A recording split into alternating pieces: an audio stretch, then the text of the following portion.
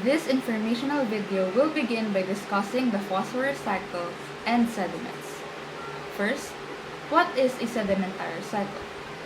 Sedimentary cycle is a biogeochemical cycle wherein the Earth's crust acts as a reservoir. Iron, calcium, phosphorus, sulfur, and other elements with a higher affinity for the Earth all pass through sedimentary cycles. Some key points to remember in this cycle are that sedimentary cycles are prolonged to finish. They are regarded as less desirable cycles since they take a long time to circulate. As nutritional components may stay trapped in the reservoir pool during recycling, they may take a long time to escape and continue circulation. One of the most essential sedimentary cycles is the phosphorus cycle. The phosphorus cycle refers to the sedimentary biogeochemical cycle that explains phosphorus transfer to the lithosphere, hydrosphere, and biosphere. Phosphorus is a mineral in phosphate rocks that enters the cycle via weathering and erosion.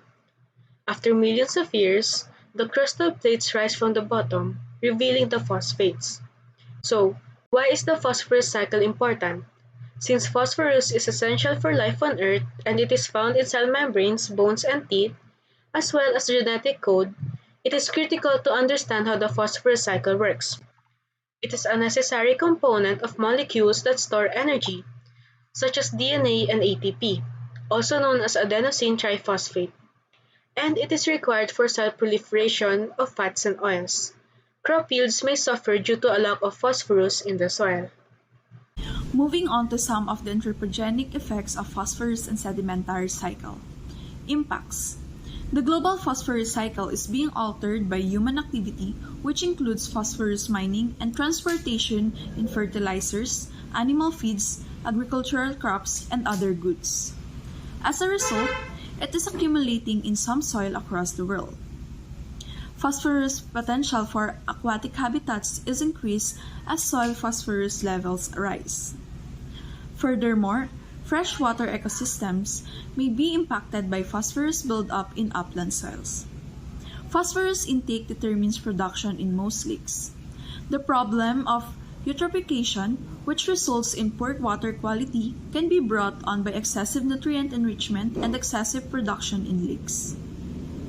Let us now talk about the invasive species.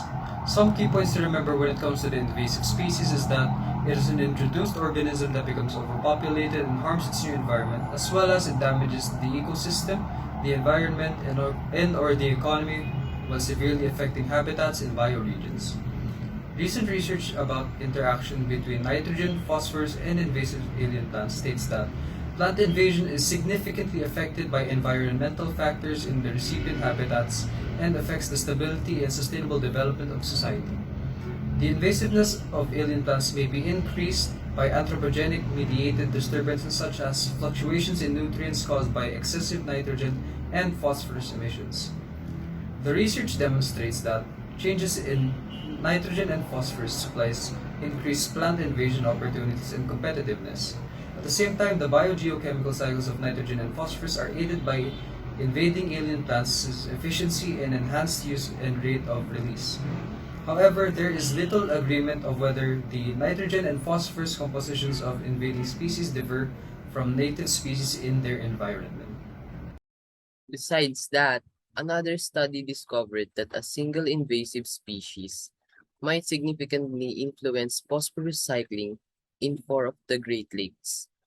The invasion of quagga and zebra mussels disrupted the Great Lakes ecosystem, with primary output dropping by up to 70% after their arrival. However, little is known about mussels' function in the phosphorus cycle. The productivity limiting nutrient in the Great Lakes, for which inputs have been restricted as filter feeders on the lake floor, the mussels may consume enormous amounts of particulate phosphorus from the waters and disperse it through physiological process and breakdown.